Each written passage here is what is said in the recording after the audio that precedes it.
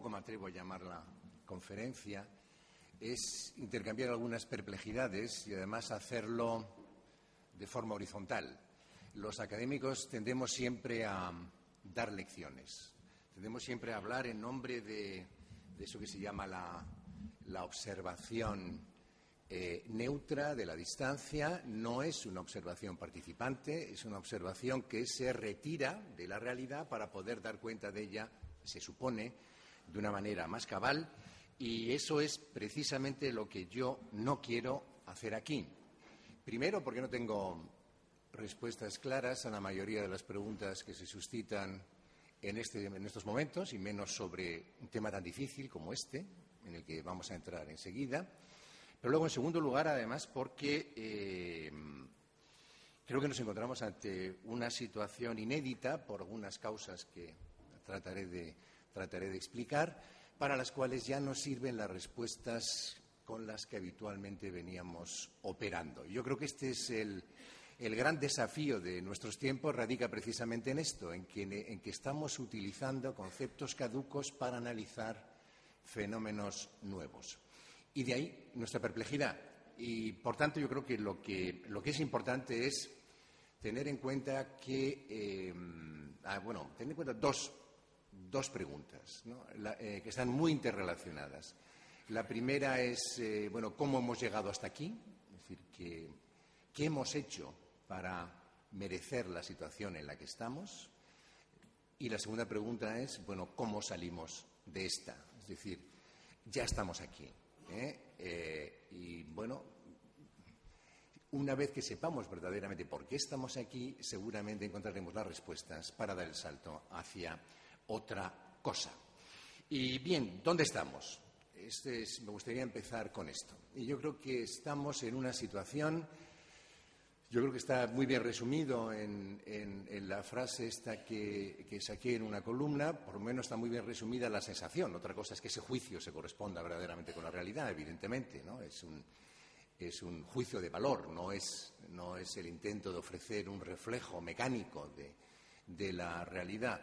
Donde estamos ante una situación muy compleja por la sencilla razón de que lo que parece que se está desvaneciendo para el sistema político, no solo para este sistema político, sino para todos los sistemas políticos democráticos, es ese intangible del que hablaba el presidente, que es la confianza.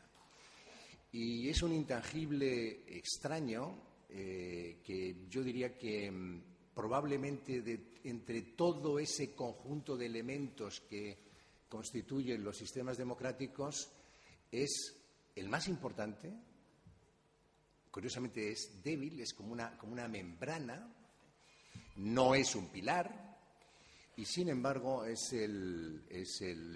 paradójicamente también es el más frágil, o sea, el más importante y el más frágil a la vez. Y una vez que se quiebra esa membrana, o sea, una vez que esa membrana no consigue mantener lo que yo creo que es fundamental en un sistema democrático, que es el sistema de mediaciones entre gobernantes y gobernados.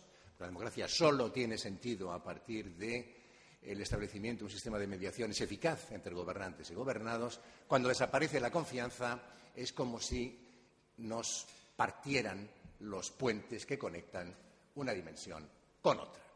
Entonces, ahora mismo estamos gobernando sin puentes, donde el sistema político está aislado, como en una isla, respecto del resto de la sociedad. Y la pregunta que se suscita es, ¿por qué? Y, sobre todo, ¿ahora qué hacemos? O sea, ¿cómo podemos restaurar esos puentes? Algo difícil, porque todos sabemos que esto no se puede hacer del día a la mañana. Como pueden ver, por tanto, el trasfondo de aquello en lo que me voy a meter inmediatamente es un trasfondo que no encuentra una respuesta, desde luego no, en el ámbito que yo conozco, que es el ámbito de la teoría política, el ámbito de la reflexión sobre lo político en nuestros días, ni aquí ni en ningún otro lugar.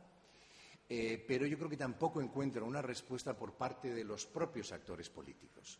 O sea, me parece muy interesante un coloquio de estas características porque permite colocarnos al mismo nivel, intercambiar reflexiones con experiencias, o sea, lo que sería la observación, diríamos, de segundo orden con respecto a lo que es la observación participante. Sin la puesta en común de esos dos tipos de observación no avanzamos nada. Bueno, decía que es posible que ya no haya respuestas tradicionales a la situación en la que nos encontramos, porque yo creo que el momento político en el que estamos viviendo no tiene ningún tipo de antecedentes. La política se ha transformado en estas últimas décadas en algo completamente diferente de aquello que veníamos conociendo. Y se ha producido algo que podemos llamar una especie de pinza, ¿no? La política democrática se encuentra dentro de una pinza donde, por un lado, está la tecnocracia, es decir, su sujeción creciente a imperativos sistémicos, su sujeción creciente a tener que atender a eso que se llama el conocimiento experto, que aparta la política de esa dimensión a la que se refería el profesor del Águila en la cita que utilizó el presidente al final de su magnífica intervención, que es el que la política pierde ese elemento de contingencia que siempre la había caracterizado. Ahora parece que la labor de la política es aplicar conocimiento experto, que por tanto solo hay una respuesta para la mayoría de los problemas políticos. Y esa respuesta no la ofrece el político, ni la ofrece el político en su relación con los ciudadanos, sino que esa respuesta aparece ya definida a partir de lo que nos dicen los tecnócratas. Por supuesto, vinculado a esto hay otro discurso en el que no tengo tiempo de entrar, porque nos llevaría para otra conferencia, que es que la política ya ha perdido su engarce a un ámbito específico. Ya no aplicamos decisiones políticas ni nos sometemos a la influencia de lo político única y exclusivamente a partir de nuestra capacidad de autogobernarnos dentro de un territorio.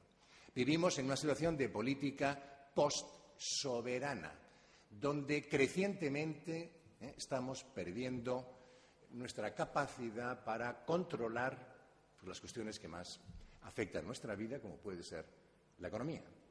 Es decir, que ¿de qué nos sirve elegir a un gobierno u otro si al final esos gobiernos tienen que someterse a el diktat, y utilizo un término alemán, como se pueden fijar, al diktat de otras instituciones, es decir, otros estados, organizaciones supranacionales o esa entidad nebulosa que llamamos mercado? Bueno, esta es una de las pinzas, y la otra pinza es, evidentemente, lo que podríamos llamar el populismo. O sea, el populismo, eso que algunos llaman pospolítica, que es una manera, yo creo que muy sofisticada de llamar a lo que es muy simple, el populismo que realmente es exactamente lo contrario, fíjense qué curioso, lo contrario de la tecnocracia. O sea, porque el populismo, si hay algo que lo caracteriza, es que tiende a simplificar cuestiones complejas. O sea, por un lado, por tanto, tecnocracia y complejidad, y por otra parte, simplificación, pero una simplificación vinculada siempre, inexorablemente, a la apelación a lo emocional, a la apelación a pasiones, a la apelación además a aquellos elementos de lo político que son más difíciles de objetivar, como puede ser lo identitario, como puede ser la indignación. ¿Qué nos provoca indignación? La indignación es un criterio de la razonabilidad o no de aquello que la provoca. O sea, la intensidad con la que algo nos indigna tiene algo que ver con, digamos, con la fuerza supuestamente racional de lo que nos provoca esa indignación o no. Ustedes saben que la intensidad con la que se defiende una posición no dice nada respecto a la verdad de esa posición o a su razonabilidad. Bueno, pues hoy nos estamos encontrando también con que muchas veces se sobredimensiona el aspecto emocional de determinadas situaciones y eso sirve para dotarle de un plus de razonabilidad. Pues no, yo creo que lo importante es mantener la cabeza fría. Por muy emocionalmente que algo se exprese, ese algo no es necesariamente correcto. De la misma manera que por muy tecnocráticamente que algo se nos muestre, ese algo no cierra las posibilidades de discutir sobre otras alternativas. Por tanto, aquí es donde se encuentra presa, dentro de esa pinza es donde se encuentra presa la política democrática. Yo creo que es consciente de su responsabilidad en el gobierno cotidiano, pero es consciente también, fíjense, aquí esto es fascinante, es consciente de su responsabilidad, que tiene que seguir gobernando, es decir, que no puede decir tiempo, vamos a aclararnos qué es lo que pasa, ya aplicamos una u otra labor de gobierno, pero por otra parte es plenamente consciente de que, por decirlo de alguna manera, ha perdido su aura. Lo que está ocurriendo con la política democrática, con los sistemas democráticos, esto que quizá está detrás de la pérdida de la confianza, es que ya no, sus titulares ya han dejado de tener carisma, en el sentido literal de la palabra. Carisma significa, que tiene una capacidad para ser escuchados, ser atendidos. Eso es lo que se nos va borrando y, por tanto, de repente nos encontramos con sistemas políticos carentes de carisma, que es algo así como decir sistemas políticos carentes de alma. Bueno, ¿cómo se recupera el alma? ¿Cómo se recupera el carisma? ¿Cómo se recupera, una vez más, la confianza? Pues yo la verdad es que, lo confieso, no lo sé. Voy a tratar pero lo importante quizá no sea ofrecer las respuestas, sino ver cómo podemos reformular las preguntas, ¿no? Hacernos las preguntas adecuadas. Creo que es casi tan importante como dar con las respuestas, porque si no nos hacemos las preguntas, verdaderamente no accederemos a ella. La pregunta, que es la pregunta que da título a esta charla, la de recuperar la confianza, tiene que ver con algo que solo se puede abordar de abajo arriba, es decir, viendo un poco qué es lo que nos ha trastocado, qué es lo que nos ha movido de la situación de seguridad que teníamos como titulares de un sistema democrático y, por tanto, yo creo que es bajando un poco a lo que escuchamos en la calle, viendo cómo encaja eso con lo que son los sistemas democráticos, fijándonos en cuáles son los problemas que saca la gente a la luz.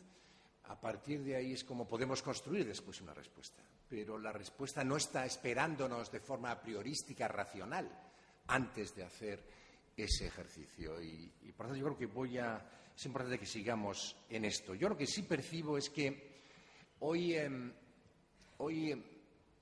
las respuestas ya no se encuentran, estoy anticipando lo que va a ser mi tesis final, las respuestas ya no se encuentran solo en cuestiones de ingeniería institucional, en que las instituciones se construyan de esta manera o de esta otra, de que adoptemos este tipo de acuerdos para combatir un fenómeno u otro, sino que las cuestiones fundamentales de la política tienen que ver también con algo que es otro intangible, sobre el que volveré una y otra vez, que son cuestiones fundamentalmente normativas. Son cuestiones que tienen que ver con eso que se llama la ética pública. Entonces, cuando nos preguntamos la pregunta de cómo debemos gobernarnos, esa pregunta tiene una respuesta institucional, es decir, debemos gobernarnos con instituciones que sean las mejores para resolver los problemas a los que nos enfrentamos. Pero deben ser instituciones que operen de una determinada manera, es decir, incorporando una serie de valores que tienen algo diferente cualitativamente de los criterios de la racionalidad burocrático-administrativa. Que, por tanto, eso de la eficiencia, o lo que llamamos eficiencia, tiene que combinarse también con eso que llamamos la decencia.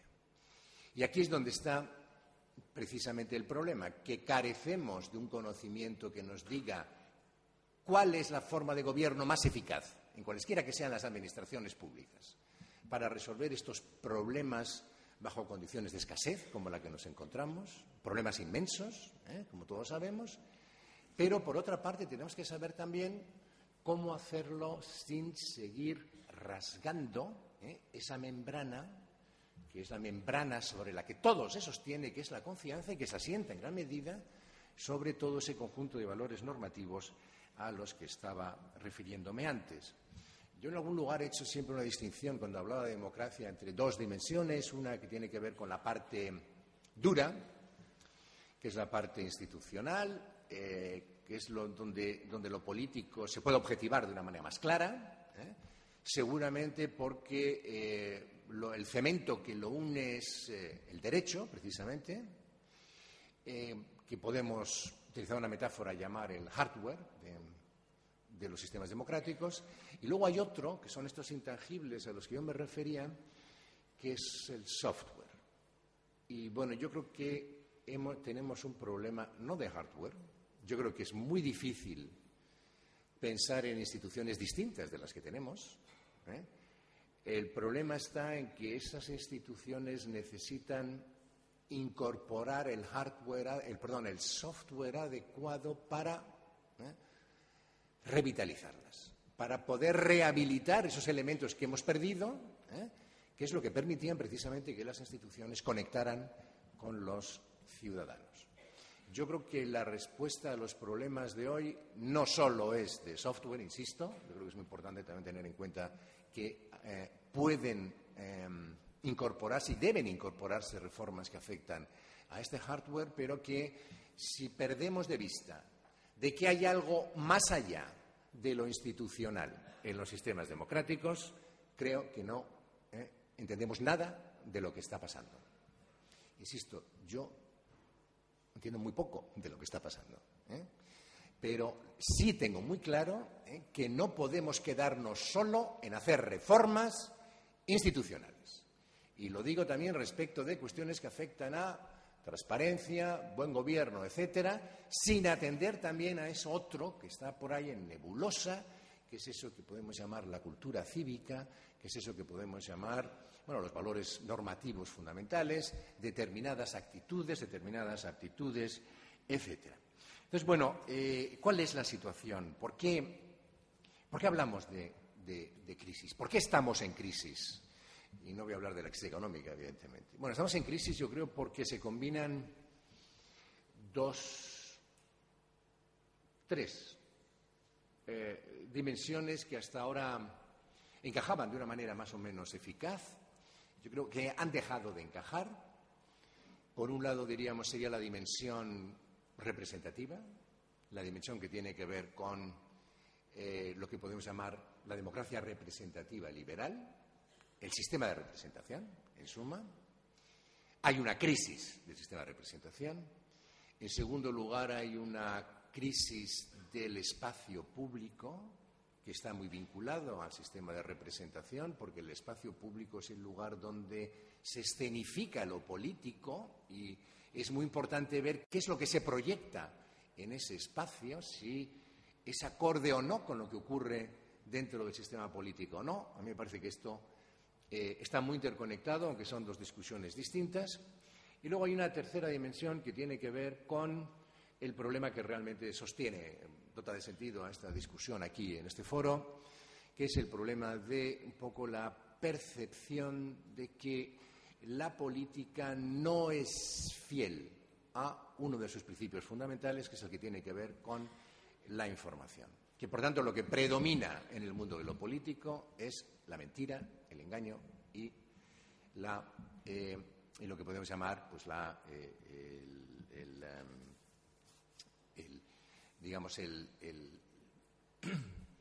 el ocultar, el ocultamiento, el secreto, pero un secreto nuevo, una manipulación nueva, infinitamente más sofisticada, que no consiste tanto en ocultar las cosas cuanto en definir la realidad de manera que esa definición consiga imponerse sobre otras definiciones alternativas.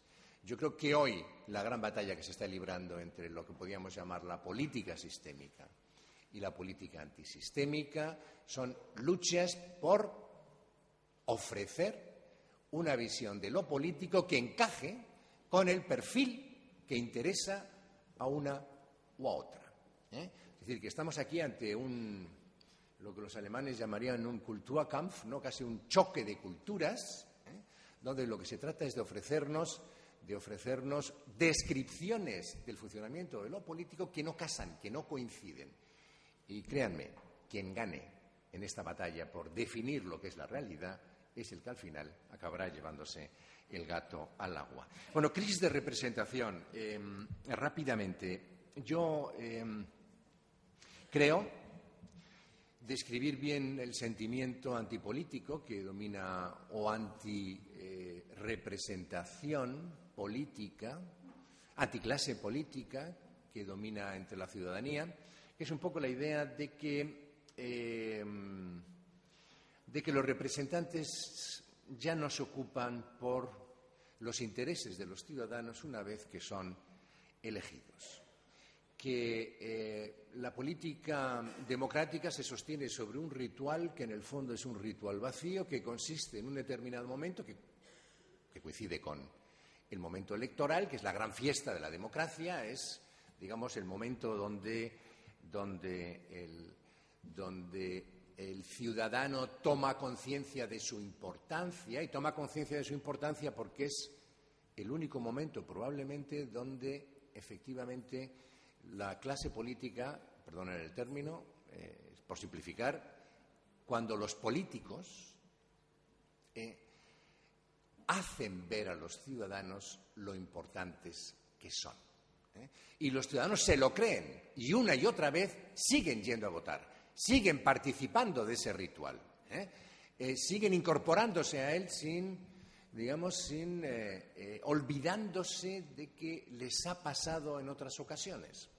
Y lo que les ha pasado es que una vez que se pasa el momento electoral, pues en cuanto son elegidos los candidatos, a partir de ese momento aparece otra política. Que, por tanto, ya esa cercanía, ¿no?, esa consideración que se tenía del ciudadano como el sujeto auténtico, el que dotaba de sentido al proceso democrático, ya se pierde. Y lo que pasa al primer plano son los intereses específicos ya de aquellos que acaban siendo elegidos. Por tanto, el comportamiento de los políticos se entiende que es distinto una vez que son elegidos a antes de ser elegidos. Entonces, esto lo hemos visto, sobre todo en estos tiempos, donde tendemos a querer creernos cualquier promesa, por pequeña que sea. Tendíamos, hay que decir que ya no nos lo creemos. Sin embargo, lo que hemos observado en las últimas convocatorias electorales es que la gente sigue participando. Y es algo que contrasta con las encuestas. Es decir, la liturgia de la democracia funciona. Las campañas electorales siguen funcionando y los ciudadanos siguen acercándose, pero cada vez con un mayor escepticismo. El segundo punto que está también en la mente de los ciudadanos es la idea esta de que los políticos se comportan siempre siguiendo criterios puramente estratégicos. Es decir, que sus decisiones se miden no en función de la importancia de cada asunto, de la naturaleza de cada asunto, de cuáles sean los objetivos en cada momento a realizar, sino que se miden en función de lo que pueden conseguir a efectos electorales cara a las próximas elecciones. Hay un interés por, jugar con el tempo de la legislatura, que por tanto el foco es cortoplacista, está limitado precisamente a esa legislatura y que por tanto al final este tipo de actitudes, junto con otras en las que entraré enseguida, hacen que la ciudadanía percibe que los intereses de los políticos no coinciden con los intereses generales. Los intereses generales son atemporales, no tienen que ver exclusivamente con un periodo el periodo de una legislatura, sino tiene que ver con la pervivencia de una serie de problemas y la búsqueda de soluciones a esos problemas. Y, por tanto, tiene que ver con un tipo de reflexión que mira más allá de los 4 años, el año y medio o los 6 meses en el que se adoptan las decisiones. Tercer aspecto que separa a los ciudadanos claramente de los políticos es la idea, la percepción tremendamente asentada de que los políticos, una vez que se incorporan a la vida política, se instalan en ella, tienden a vivir ya de ella, hacen de ella un modo de vida, que por tanto de lo que se trata es de seguir ocupando algún cargo. Esto no es algo nuevo, esta crítica se viene haciendo desde el siglo XIX a la clase política, no es una crítica nueva. Lo que ocurre es que había un momento en el cual nosotros pensábamos que era más sencillo el entrar y salir de lo político. Ahora, y de hecho yo no sé si hay estudios estadísticos que analicen esto de una manera clara, pero la percepción sí que es meridiana. Una vez que alguien se incorpora a algún cargo político, tiende a permanecer en él. Es casi como una ley de hierro. No en ese cargo, sino dentro de los cargos que uno puede obtener por el mero hecho de haberse incorporado a la vida de un partido, o por el mero hecho de formar parte de una organización política, con lo cual uno dice, bueno, pero usted no está en la política para servirnos, como afirma. Usted está en la política para servirse de ella. Y son dos cosas distintas. Usted no está ahí por cuestiones de servicio público, sino que usted está ahí por cuestiones de interés privado. Entonces, claro, cuando aquellos que deberían ser quienes sostienen el interés público, los ciudadanos los perciben como simplemente personas que persiguen sus intereses privados amparándose en lo público, a partir de ese momento ya es muy difícil, establecer o reestablecer una sintonía clara con lo político. Y este es quizá uno de los mayores problemas, porque esta percepción se asienta de manera creciente, y este sería el cuarto elemento que me gustaría ver aquí, cuando de repente nos damos cuenta en que la política no es solo una forma de vida, sino que la política también es un medio puramente estratégico para alcanzar una situación clara de mejora económica. Y, por tanto, cuando los ciudadanos perciben que hay personas que no solo viven de la política, como podrían vivir de la administración pública porque son funcionarios, sino cuando se enriquecen, cuando utilizan esos cargos, que son supuestos de corrupción, evidentemente, cuando utilizan esos cargos para hacer algo más que simplemente sobrevivir con una profesión tan digna como cualquier otra, cuando utilizan esos cargos para corromperse. Y de ahí se ha pasado hoy a algo, esto ya digo que siempre se ha pensado en los políticos, lo que acabo de describir no es nada nuevo. Lo que ocurre es que esto se ha asociado hoy en nuestro país a un nuevo relato. Un nuevo relato donde de repente muchas de las intuiciones que todos teníamos, por otra parte, pues han encajado como un guante dentro de eso que ahora se llama una narrativa, es decir, una historia con sentido que nos permite integrar lógicamente, de forma narrativa, un conjunto de percepciones que teníamos disperso. Y ese relato se reduce a 2 palabras: élites extractivas, que coincide muy mucho, que es el concepto de Acemoglu y Robinson, que después César Molinas, en un artículo que tuvo muchísimo impacto, creo que es el artículo que apareció en la prensa española que más impacto ha tenido en los últimos años, yo creo que desde que existe, y tuvo mucho impacto porque efectivamente de repente ofreció el relato que necesitábamos para interiorizar por qué estábamos tan cabreados. O sea, por qué se había producido realmente esta indignación. Porque en ese relato de repente nos dimos cuenta, estamos hablando de un contexto de crisis económica, de repente nos dimos cuenta o creímos darnos cuenta de algo que es inaceptable para ningún sistema democrático, y es que quienes le gobiernan son conspirativos.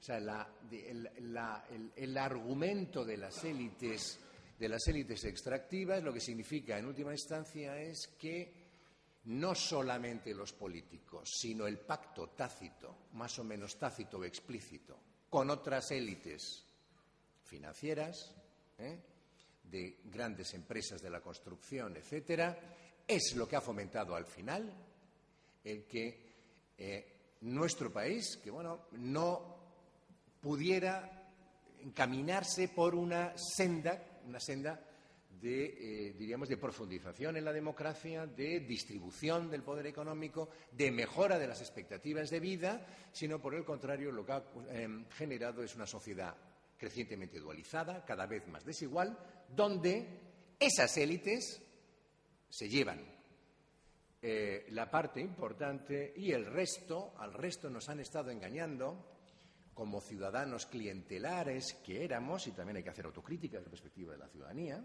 Es decir, los ciudadanos apoyaban a los políticos, a pesar de que les despreciaban también, a la vez, es una cosa muy interesante, porque los políticos les ofrecían, y esto es verdad, crecientes servicios. Hay una especie de pacto tácito, donde se compra y vende legitimidad, que ha funcionado no solamente en España, sino que ha funcionado en los sistemas democráticos desde siempre, al menos desde que comenzó a desarrollarse el estado de bienestar. Porque el estado de bienestar, ¿qué significa?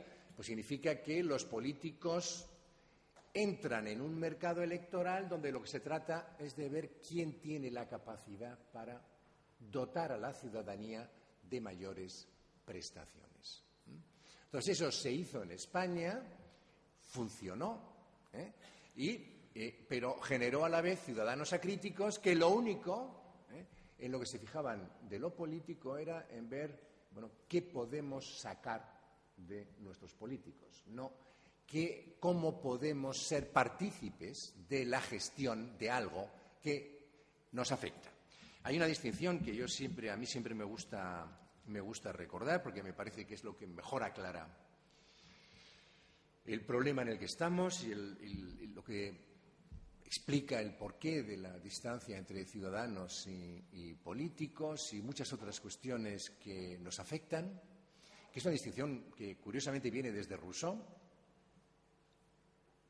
cuando dice que todos nosotros somos bourgeois y citoyens a la vez. Todos nosotros somos burgueses, o sea que tenemos nuestros intereses privados, pero a la vez somos ciudadanos en el sentido de que somos partícipes de algo que nos es común. Y toda la política se puede analizar en función de esto, y todos los tipos de democracia se pueden analizar de esta distinción, que es una distinción, como pueden ver, muy primitiva. El liberalismo clásico y el liberalismo tal y como se practica en un lugar como los Estados Unidos, lo importante es ser burgués.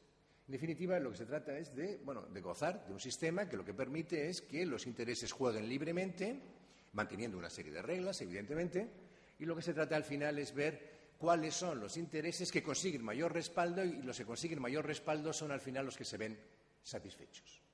En eso fundamentalmente consiste la democracia. En otros lugares, en cambio, el impulso republicano que hay detrás, que es el de la ciudadanía, pues de lo que se trata es de combinar la búsqueda del interés propio con la búsqueda del interés común. Y eso es precisamente lo que yo creo que en España no hemos hecho.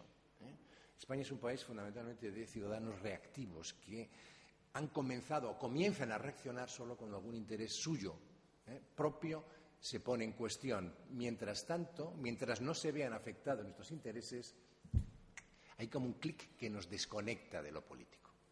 Como os he dicho antes, yo estaba en el CIS y a mí uno de los datos sobre la sociedad española que siempre me ha dado pavor y que en cierto modo me permitía anticipar lo que ha pasado después, es que el 70% de los españoles afirmaban, estamos hablando de la época de la primera legislatura de Zapatero, 2004-2008, el 70% de los españoles afirmaban que la política les importaba poco o nada.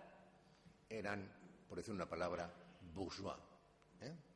Solo había 15-20% de citoyen.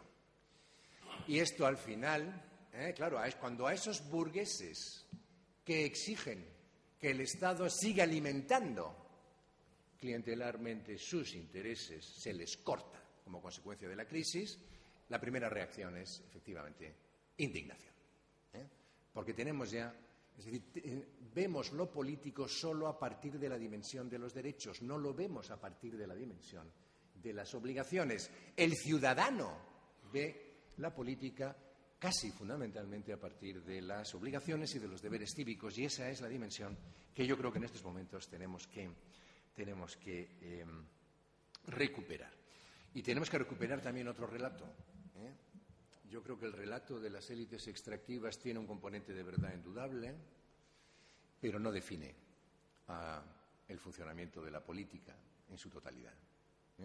Define el funcionamiento de una parte de los decisores políticos. Y, por tanto, es necesario también que ese relato se enfrente a otro relato alternativo y que, por tanto, no todo se deje al final o se convierta simplemente en un problema de simplificación o se convierta en un problema de decir, bueno, esto se arregla abriendo las listas, o esto se arregla con un sistema mayoritario uninominal, o esto se arregla, a mí cuando alguien me dice que esto se arregla solo introduciendo un cambio puramente institucional, jurídico, me echo a temblar, porque el trasfondo de lo que ha pasado no tiene solo que ver con eso.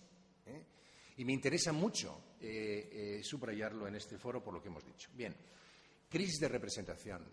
Insisto, todo lo que estoy hablando aquí no solo nos afecta a los españoles, esto va más allá. Y crisis del espacio público tradicional. Bueno, cuando se producen cambios en las tecnologías de la comunicación, pues obviamente tiene que haber cambios en la información. Yo creo que lo que nos está ocurriendo, y por eso no sabemos lo que nos pasa, como diría Ortega, ¿sabes esa famosa frase Ortega de que lo que nos pasa es que no sabemos lo que nos pasa? Bueno, pues yo creo que lo que nos pasa, sí sabemos lo que nos pasa. Sí sabemos lo que nos pasa, y lo que nos pasa es que ha habido una revolución tecnológica que todavía no ha mostrado cuáles van a ser las transformaciones que va a generar en el futuro. Estamos percibiendo algunas que son verdaderamente sorprendentes. Tenemos que pensar que solo ha habido 3 revoluciones tecnológicas en la historia, que la anterior revolución tecnológica, la revolución industrial, la famosa revolución industrial, estuvo transformando al mundo a partir de sacudidas espectaculares durante un siglo, y que esta revolución tecnológica también tiene que acabar produciéndonos un efecto similar. Ahora lo vemos única y exclusivamente o tendemos a fijarnos en todo lo que tiene que ver con la información, con la comunicación, pero no pierdan de vista lo que está significando también para la reestructuración de la aplicación del microchip al proceso productivo. Es uno de los elementos que más ha favorecido la globalización, entre otras razones, porque ahora se puede producir a distancia, etcétera, se establecen empresas en red.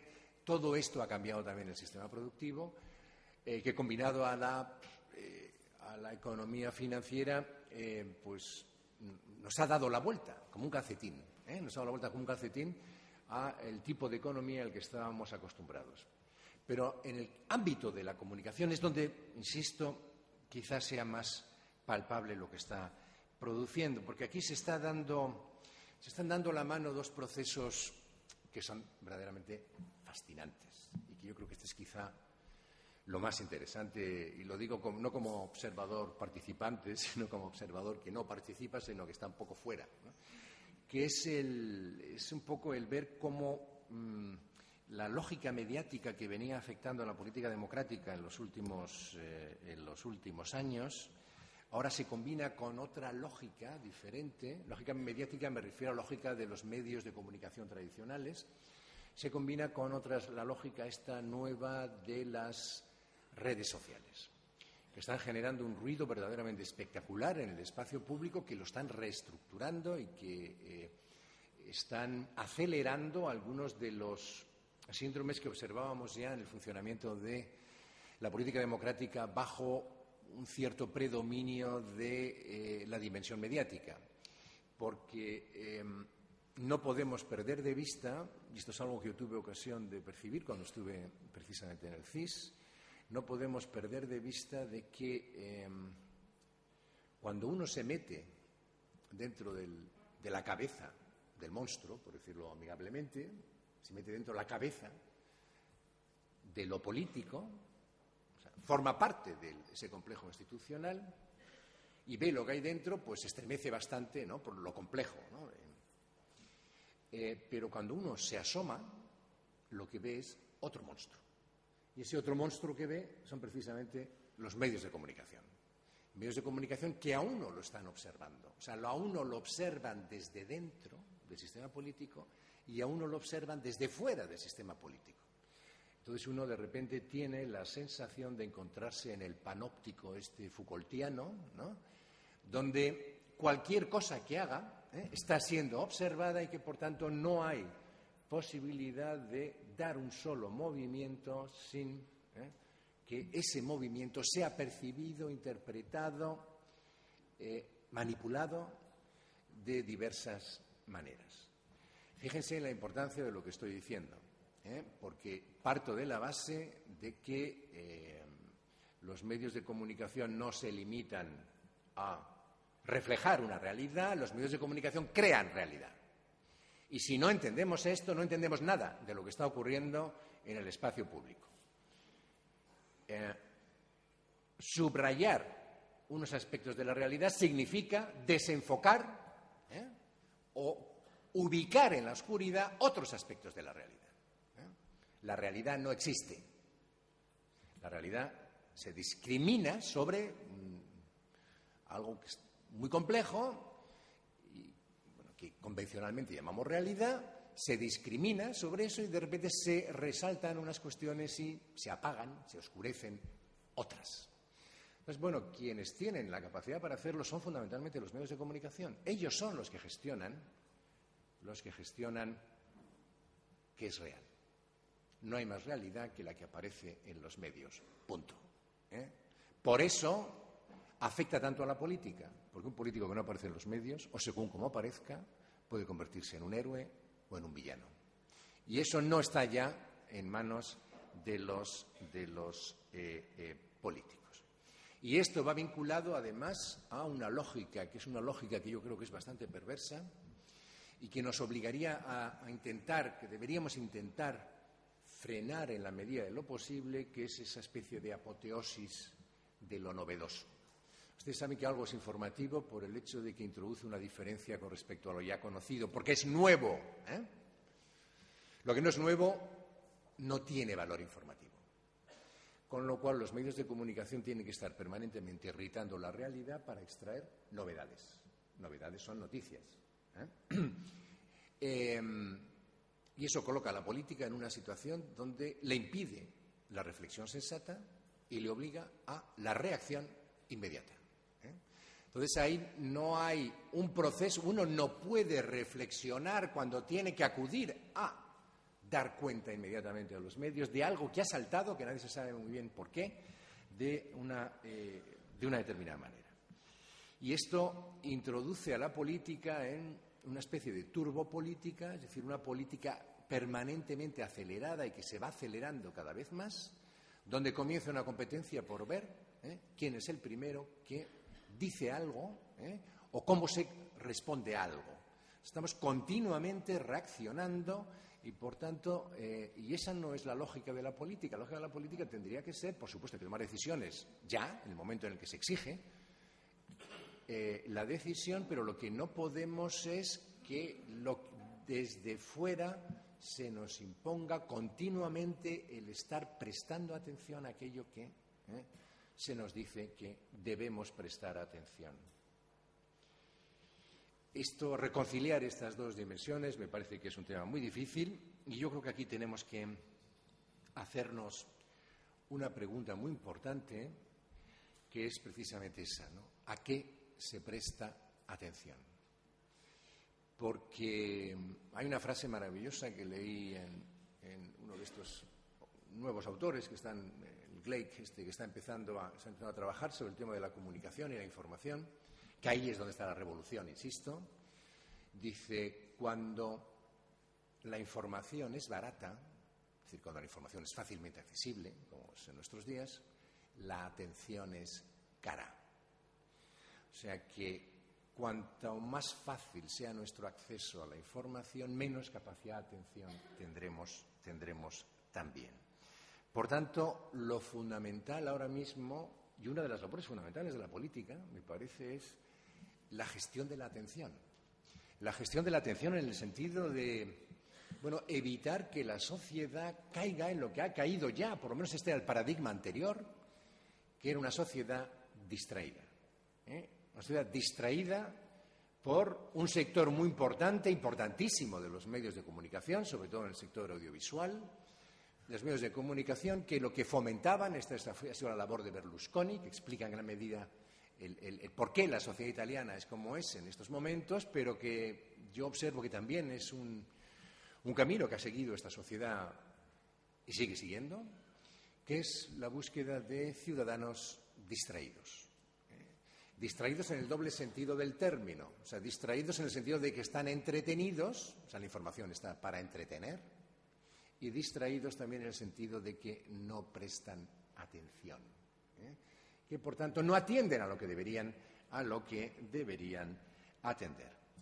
Y ahora yo creo que lo que está ocurriendo es que no se presta atención a los temas tradicionales de la política y se presta una hiperatención a temas concretos, como pueden ser los escándalos, como puede ser todo lo que sea susceptible de ser presentado en negativo de la política.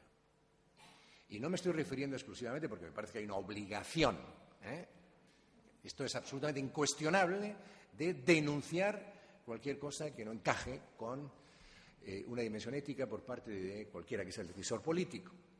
Pero hemos pasado de no hablar de política, de no importarnos la política, a importarnos la política única y exclusivamente, en gran medida, solo en esta dimensión del escándalo, del vituperio, diría, en definitiva, de eliminar de la política la dimensión más noble, que sin duda la tiene.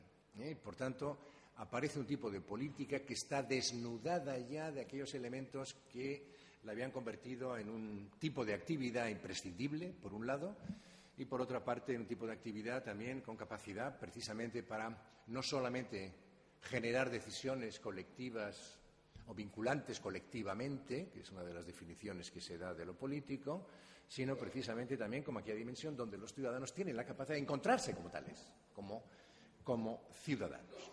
Entonces, esto por una parte, ¿no? La gestión de la atención. Pero luego hay otro problema, otra contradicción que me parece que es fascinante, que tiene que ver con eso, que es la paradoja que se produce, o el problema que se produce por la inmediatez de las redes frente a la distancia de la política representativa tradicional. Las redes establecen un tipo de comunicación inmediata que exige un juicio, una evaluación de lo político que también es inmediata. Que además es un tipo de evaluación que, porque se reduce a muy pocos caracteres, es un tipo de evaluación aprobativa o negativa. Sí, no, prácticamente. Ha estado bien, ha estado mal. Y donde predomina, y esto se pueden hacer análisis estadísticos que están empezando a hacerse, donde predomina generalmente la descalificación radical o, por el contrario, la alabanza total. O sea, no tiene valor un tuit que diga ha estado bien, pero le pondría algunos peros. No, ha estado maravilloso o ha sido un desastre.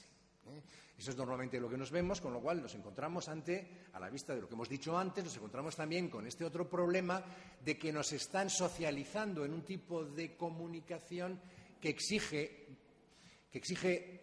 la creación de juicios inmediatos, juicios de valor inmediatos, y que se enfrenta a, digamos, una evaluación que se supone que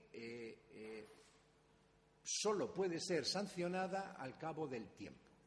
O sea, los políticos tienen el derecho a tener 4 años para poder mostrar si valen o no valen. Ahora tienen que estar demostrándolo todos los días. Y yo no creo que haya muchos políticos que tengan la capacidad de soportarlo. Por eso yo creo que al final el político que sobrevive no es el mejor, sino es el menos malo desde la perspectiva que ofrecen esos medios de la política. Por eso no se libra nadie. O sea, por eso nadie puede pretender librarse de estos nuevos constreñimientos a los que está sujeta la política ciudadana. Bueno, como decía, los ciudadanos ya no están distraídos, sino que están precisamente muy sintonizados a poner en marcha lo que yo venía definiendo antes como esta especie de hiperatención a determinados temas, que son los temas donde la política muestra su peor cara.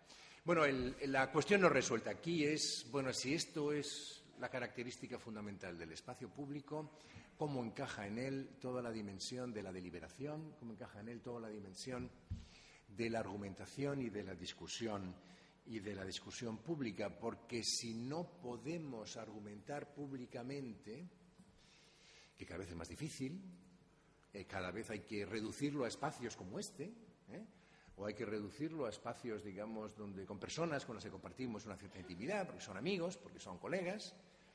¿Qué tipo de política vamos a ir construyendo? Y ahí es donde yo verdaderamente no solamente no tengo una respuesta, sino que me siento francamente impotente por ver dónde podemos encontrar efectivamente esos espacios. Y luego la tercera dimensión, lo que podríamos llamar la sensación de engaño, ¿no? que predomina en este espacio público, y esto tiene mucho que ver con la confianza. A mí me hizo mucha gracia ver que el término inglés trust, que significa confianza, viene de la misma raíz de truth, que significa verdad. Alguien confía en otro porque sabe que el otro le dice la verdad, que no le engaña. Pues ahí es donde digamos, nosotros perdemos la confianza en aquellos que nos fallan, en aquellos que nos dicen que van a hacer una cosa y que acaban haciendo otra. Vuelvo al tema de las promesas electorales, que es un tema clave en la discusión contemporánea sobre la vida política en España. Y hemos perdido la confianza porque yo creo que no se nos ha dicho la verdad. Y no se nos ha dicho la verdad muchas veces. Esto os va a parecer una explicación un tanto banal, pero créanme que tiene algo de cierto. No nos han dicho la verdad porque bajo las circunstancias de estos nuevos sistemas de comunicación política han aparecido unos nuevos actores que son los expertos en marketing político.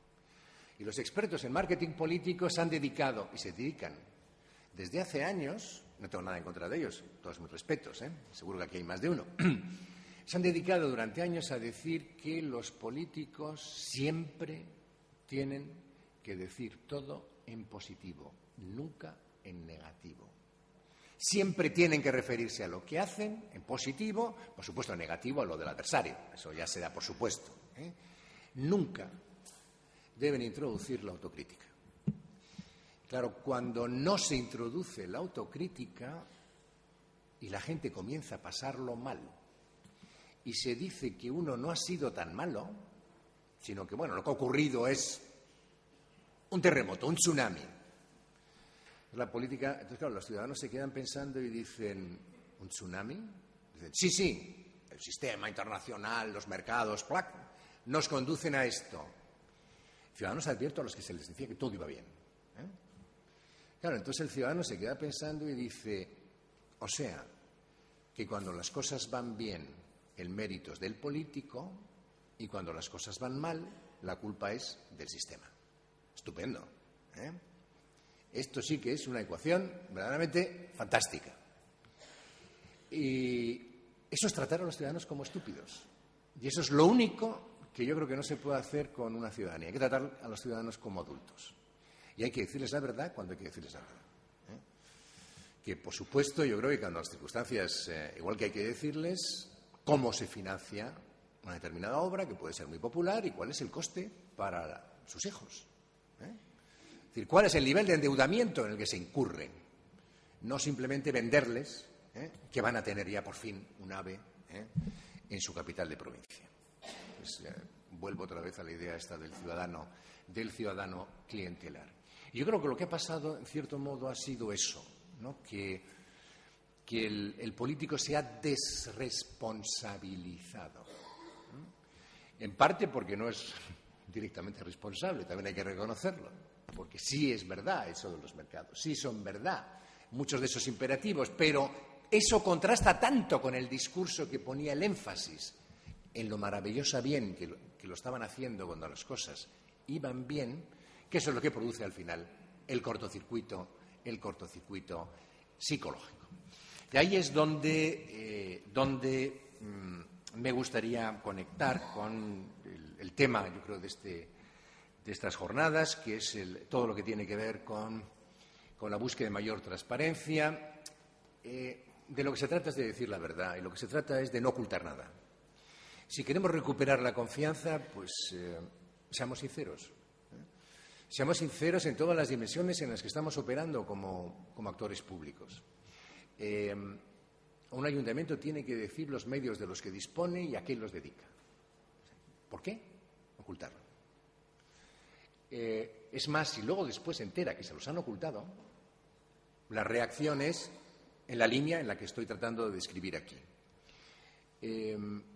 La transparencia, por tanto, yo creo que no es una opción. Hoy en día ya es una auténtica necesidad. O sea, es la condición de posibilidad para poder recuperar la confianza, pero indudablemente el problema es un problema que tiene una enorme dimensión de gestión institucional. A mí me parece muy certera y además muy económica en los términos una ecuación de la corrupción que establece Klitgaard, que es un autor holandés, que es la siguiente. Fíjense qué forma más sencilla de describirlo. Dice, corrupción es igual a monopolio de la decisión pública más discrecionalidad de la decisión pública menos necesidad de rendir cuentas por la decisión pública. O sea que cuanto más amplio es el número de personas a las que compete adoptar decisiones, mejor. Cuanto más objetivos y tasados sean los criterios de decisión del decisor público, mejor. Y, por supuesto, cuanto más sea la exigencia, no solamente de la ciudadanía, sino también del propio político a la hora de rendir cuentas, y eso yo creo que en eso debemos ser muy estrictos, mejor también. Por tanto, ahí estas son las tres dimensiones donde yo creo que donde además opera eso que se llama ahora el buen gobierno, y donde además hay que introducir una tercera o una cuarta dimensión a la que aludió antes el presidente, que me parece que está muy bien vista, que es que no podemos hablar de transparencia refiriéndonos únicamente a la posibilidad de dotar de acceso a la información a los ciudadanos, sino que de lo que se trata es de incorporar a los propios ciudadanos en la gestión. Que los ciudadanos se sepan también partícipes, que puedan actuar a partir de la información disponible, que esto es muy importante, y que es muy importante la educación de los ciudadanos a la hora de saber interpretar también esa información. ¿De qué sirve apabullar a los ciudadanos con un conjunto de cifras a los que pueden acceder de una manera muy sencilla? Yo creo que hay que hacer el esfuerzo porque los ciudadanos puedan interpretarlo, porque sin esa interpretación no pueden hacerse, no pueden elaborarse un juicio a ese respecto. Y voy acabando, no se preocupen, que estoy quizá abusando demasiado del tiempo. Yo creo que la participación de los ciudadanos también es importante porque, a mi juicio, en el fondo, todo lo que tiene que ver con cuestiones de ética pública tiene mucho que ver también con la existencia de eso que podríamos llamar una ciudadanía vigilante. Los valores de ética pública no aparecen ahí objetivados, sino que los valores de ética pública, de cierto modo, son elaborados y reelaborados continuamente, sobre todo a través de impulsos que dentro de la cultura política de un país de repente comienzan a mostrar conductas respecto de las cuales con anterioridad antes no les dábamos demasiada importancia, comienzan a mostrarlas como intolerables, como indecentes. Uno de los problemas que tenemos hoy en España, este es un tema muy interesante, es que hay tolerancia cero respecto a este tipo de cuestiones. Nos hemos convertido en Escandinavia, podemos decir, y sin embargo, paralelamente, estamos enjuiciando actos, conductas, hábitos que se produjeron en momentos donde en nuestro espacio público, ¿para qué nos vamos a engañar?, no había el mismo nivel de exigencia. Con lo cual ahora estamos ante una situación también que rompe claramente con determinadas inercias. Lo que en otras épocas quizá nos parece natural, a partir de un determinado momento deja de parecernos. Por lo tanto, y eso sabemos, porque bueno, los expertos en la teoría del buen gobierno, los expertos en transparencia, hay muchas convenciones internacionales que nos dicen exactamente lo que tenemos que hacer. Estoy convencido de que aquí se presentarán muchos de esos resultados. Lo que nos dicen es que es posible limitar y restringir casi hasta hacerlo desaparecer, y ese casi, desde luego, yo creo que nunca se acabará de borrar este tipo de prácticas, pero yo no estoy seguro de que todas estas cuestiones tengan que ver única y exclusivamente con lo institucional. Porque en el fondo, digo solo y exclusivamente, no digo que no haya que hacerlo, porque en el fondo hay una pregunta que sí que tenemos que hacernos, ¿no? Y es si es posible algo así como una gestión político-administrativa de la moral. Podemos promover la moral a golpes o las actitudes éticas, llamémoslo como queramos, a golpes de reformas administrativas, o debemos promover la moral a partir de otro tipo de acciones. Y en ese caso, ¿cuáles deben ser esas acciones? Pues no tengo la respuesta, no. Ya he dicho que aquí se trata de formular preguntas fundamentalmente. Yo creo que las acciones, lo más sencillo quizás sea lo más primario. Y lo más primario, ya desde la época de los romanos, que eran republicanos de pro, lo que más se valoraba en Roma es la ejemplaridad. Actitudes ejemplares, es decir, uno actúa como debe actuar.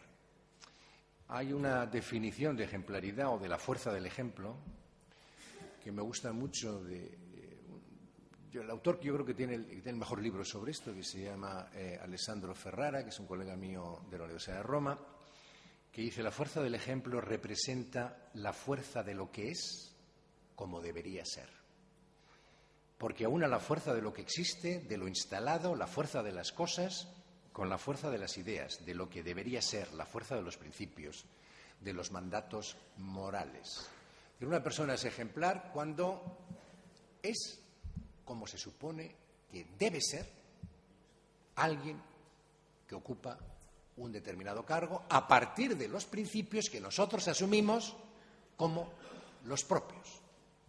Y esto tiene que ver no tiene que ver con el hecho de que esta persona, digamos, sea más o menos capaz políticamente. Ya sabemos que muchas personas ejemplares no son necesariamente mejores políticos, pero yo creo que hoy en día no se puede ser buen político si no se es ejemplar.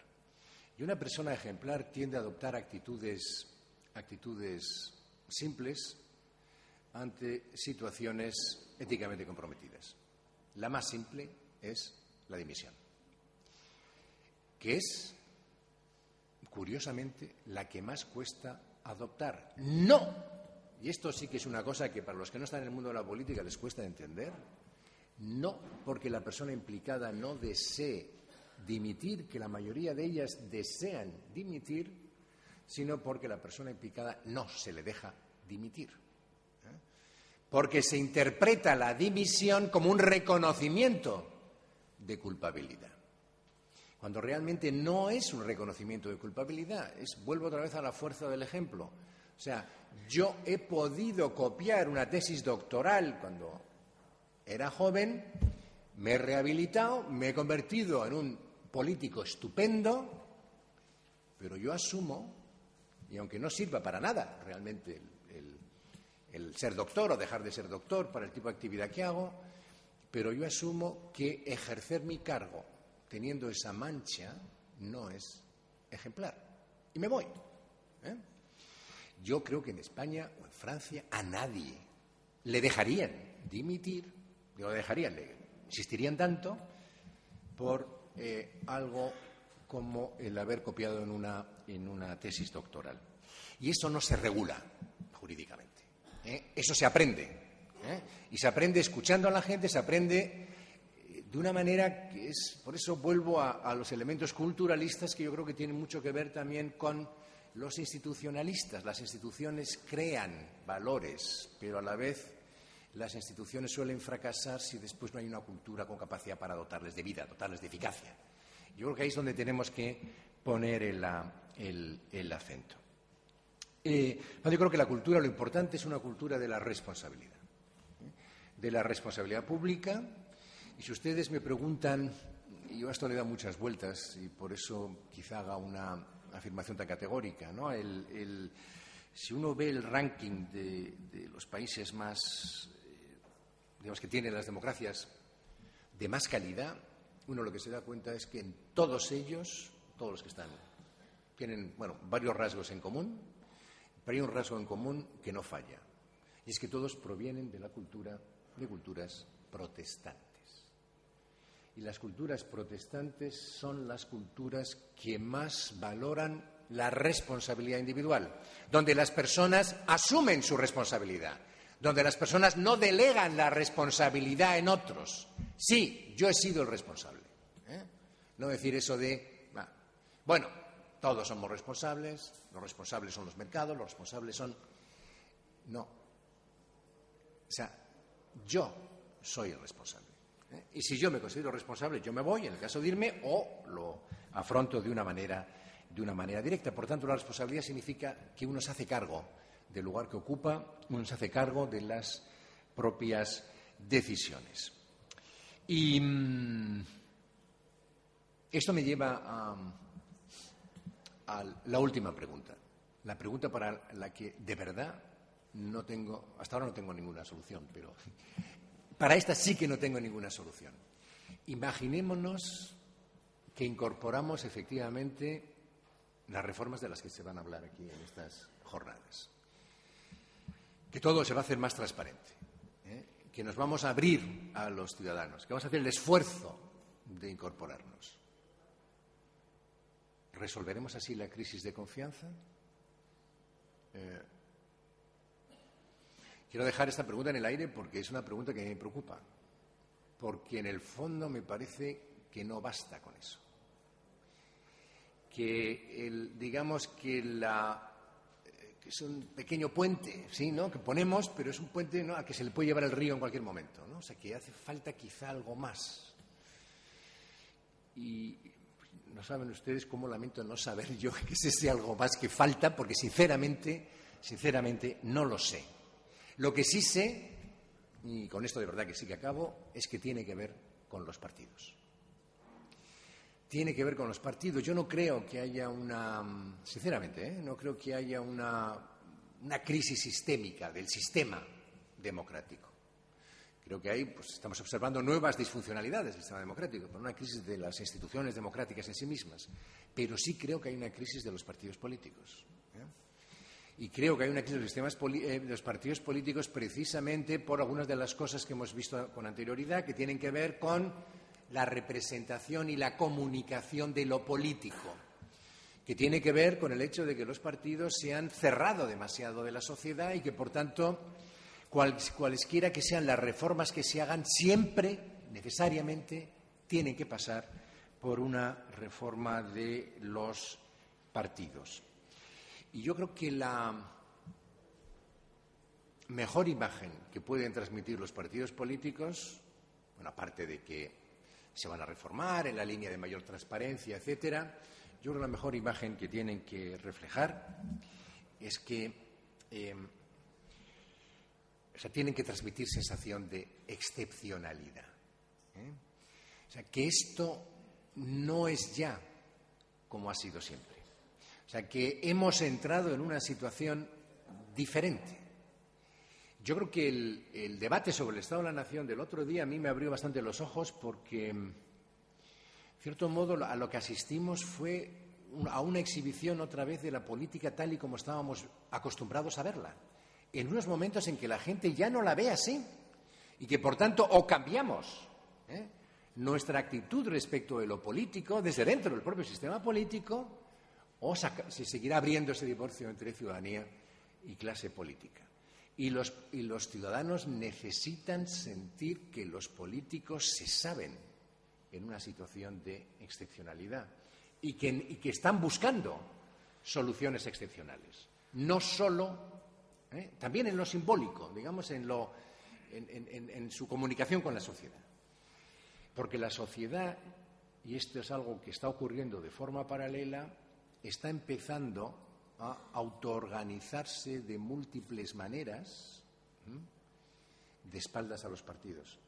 Y los partidos, yo puedo decir, y el sistema político no puede permitirse el que se establezca un divorcio entre estas nuevas organizaciones que empiezan a proliferar, por un lado, y por otra parte las organizaciones más institucionalizadas, que son las que se supone que anclaban nuestro sistema democrático, que permitían, por otra parte, han permitido la gobernabilidad en este país, para que nos vamos a engañar, los dos grandes partidos, permanezcan ajenos o permanezcan, diríamos, incapacitados para comunicarse con todo este nuevo activismo que viene de la sociedad. Por tanto, apertura, no sé bien cómo se puede hacer esto, y coraje.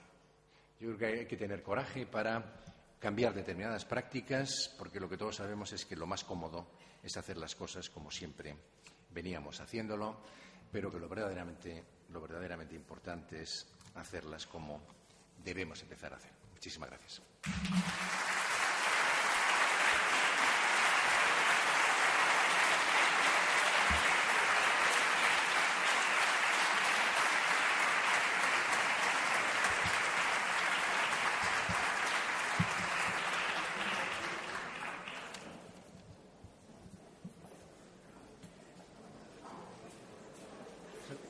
Café. Me he pasado mucho de tiempo, ¿no?